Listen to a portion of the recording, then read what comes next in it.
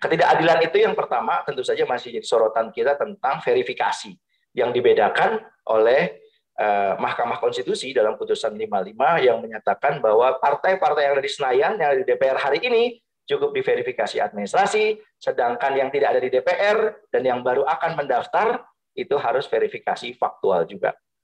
Kawan-kawan sekalian, saya peneliti pemilu dan saya tahu betul bagaimana proses verifikasi administrasi dan faktual dilaksanakan. Kalau itu caranya MK, maka dipastikan itu dengan cara lain ingin membunuh partai-partai yang harus diwajibkan verifikasi. Itu cara membunuh partai itu begitu. Verifikasi faktual dikenakan karena syaratnya akan sangat berat dibanding yang administrasi. Oleh sebab itu, kami sudah mengidentifikasi sejak lama ketentuan norma dalam pasal 173 Undang-Undang Pemilu ini. Kami sedang persiapkan untuk kami judicial review ke Mahkamah Konstitusi. Tetapi, oleh karena kami juga membangun komunikasi dengan partai-partai lain yang merasa dirugikan, itu ada 2-3 partai, tadi malam saya juga berhubungan dengan beberapa partai, yang mengatakan mereka sudah menyiapkan draftnya. Jadi boleh jadi nanti kami saling memperkuat saja, atau mengajukan gugatan tersendiri. Itu sedang dalam proses penyusunan strategi.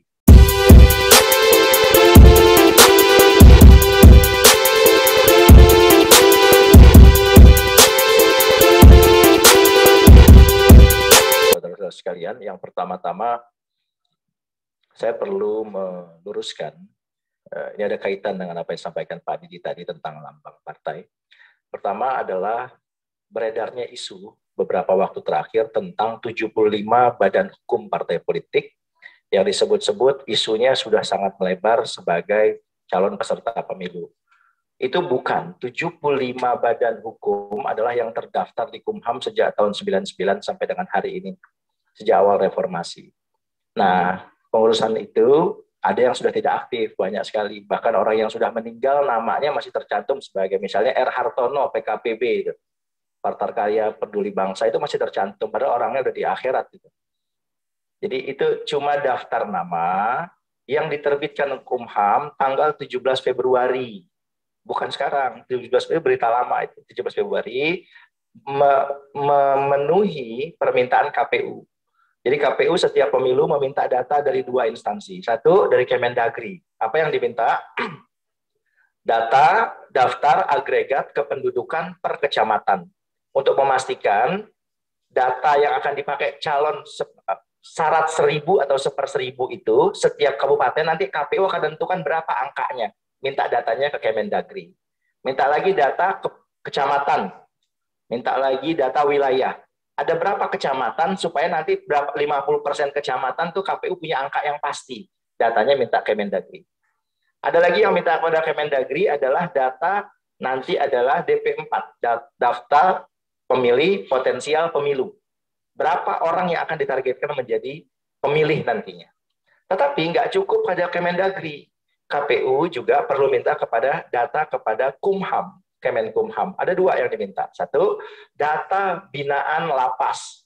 Karena data Kemendagri tidak meliputi orang yang ada di tahanan. Padahal orang yang ada di tahanan juga dia masih diberikan hak pilih. Maka dia minta data kepada Kumham. Yang kedua, kalau nanti dibuka pendaftaran, siapa yang akan mendaftar, KPU perlu dapat kepastian hukum. Siapa yang sah mewakili partai-partai itu sebagai pengurus. Maka dimintalah kan daftar badan hukum dengan pengurusnya. Nah, di tanggal 17 April, memang betul Partai Buruh yang hari ini sedang menggelar konferensi pers adalah hasil Kongres keempat bulan Oktober 2021. Pada tanggal 17 April itu belum mendapat pengesahan. Sehingga apa yang dijelaskan Pak Didi tadi masih menggunakan lambang yang lama.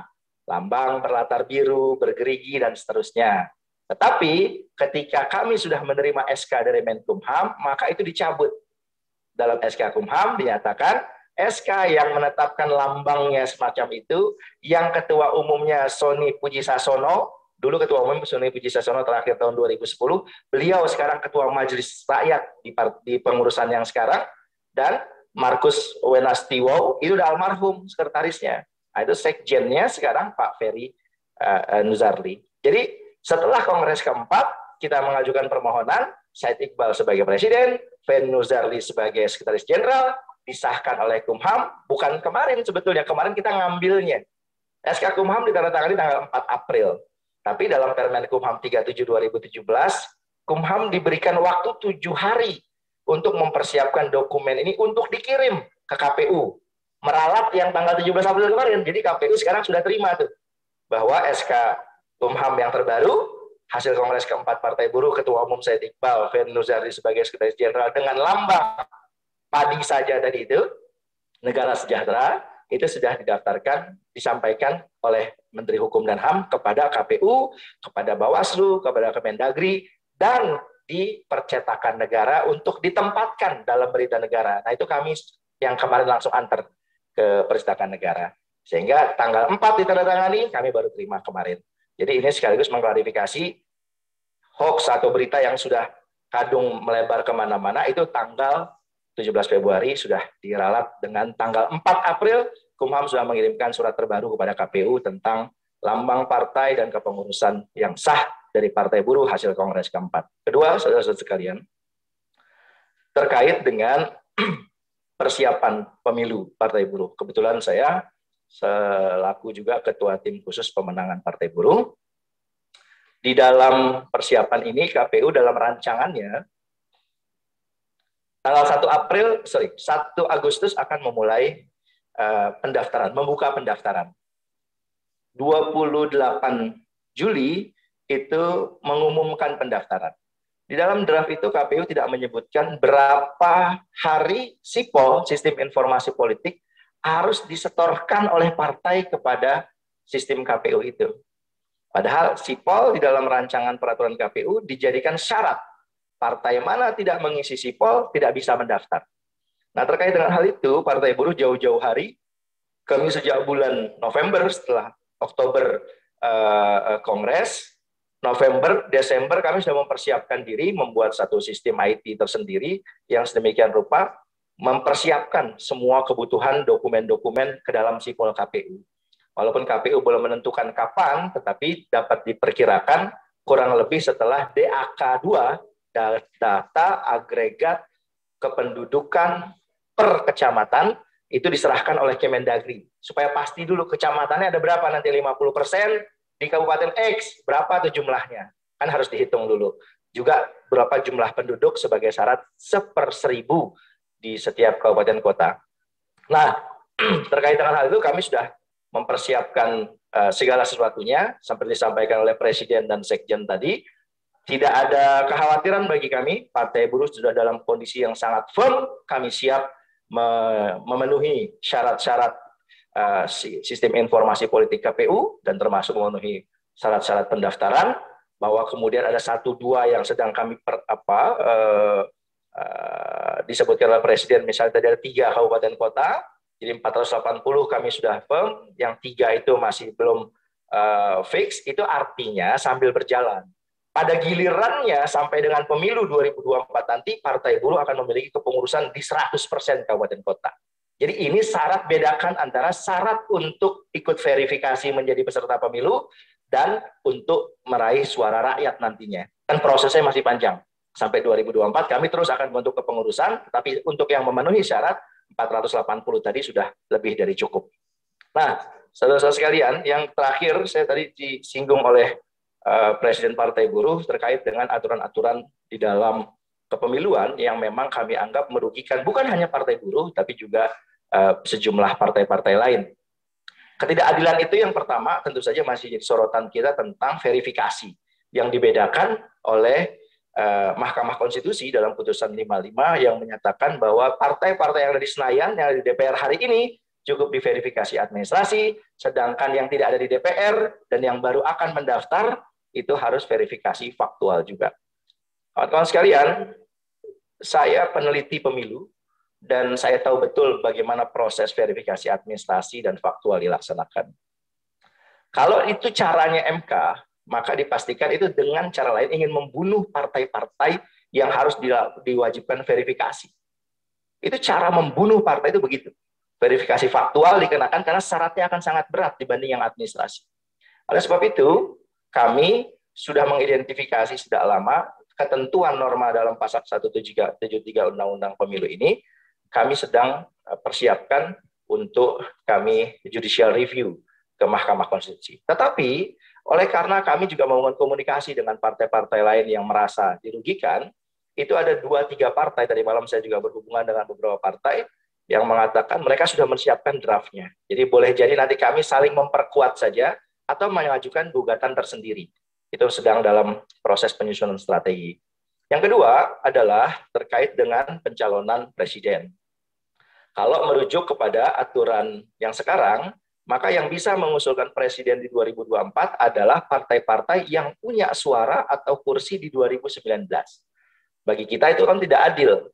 Oleh sebab itu, karena permintaan untuk 0% presidensial threshold terus gagal, maka ada terobosan-terobosan baru yang meminta diantaranya adalah memisahkan antara pemilu legislatif dengan presiden tidak pada hari yang sama. Jadi kembali seperti sebelum 2019, 2014, 2009, begitu, pileg dulu, hasilnya keluar, hasilnya inilah buat modal partai mencalonkan presiden 2024. Itu lebih fair. Siapa yang dapat dukungan rakyat di 2024, dialah yang berhak punya modal sebagai pemenuhan ambang batas pengusulan presiden. Itu juga sedang kami persiapkan dengan beberapa partai, bahkan sudah ada satu partai yang maju ke Mahkamah Konstitusi dan kebetulan saya ditunjuk sebagai koordinator kuasa hukumnya. Yang ketiga, saudara-saudara sekalian, ini terkait dengan aturan verifikasi teknis di lapangan. Misalnya yang terkait dengan syarat verifikasi keanggotaan. Di dalam peraturan KPU yang lama dan dalam rancangan yang terbaru, itu diatur yang pada pokoknya. Orang menjadi anggota partai di satu kabupaten kota bergantung KTP-nya. Di mana KTP-nya, dia hanya boleh jadi anggota sesuai KTP itu. Nah ini aturan yang sangat berbahaya bagi demokrasi. Sedangkan dalam Undang-Undang Dasar sudah dijamin, orang itu mau jadi caleg aja. Saya orang Jakarta, mau caleg Papua, saya nggak harus punya KTP Papua. Saya mau jadi caleg di Kalimantan, nggak harus saya jadi orang Kalimantan. Kok sekedar jadi anggota partai, itu harus di mana sesuai KTP saya. Itu kan membatasi hak warga negara untuk berpartisipasi dalam partai politik. Nah, aturan ini menyebabkan banyak partai-partai itu berguguran ketika verifikasi akibat itu. Contoh, saya tinggal di Jakarta Timur, KTP saya Jakarta Timur. Tapi sesungguhnya saya berdomisili di Bogor.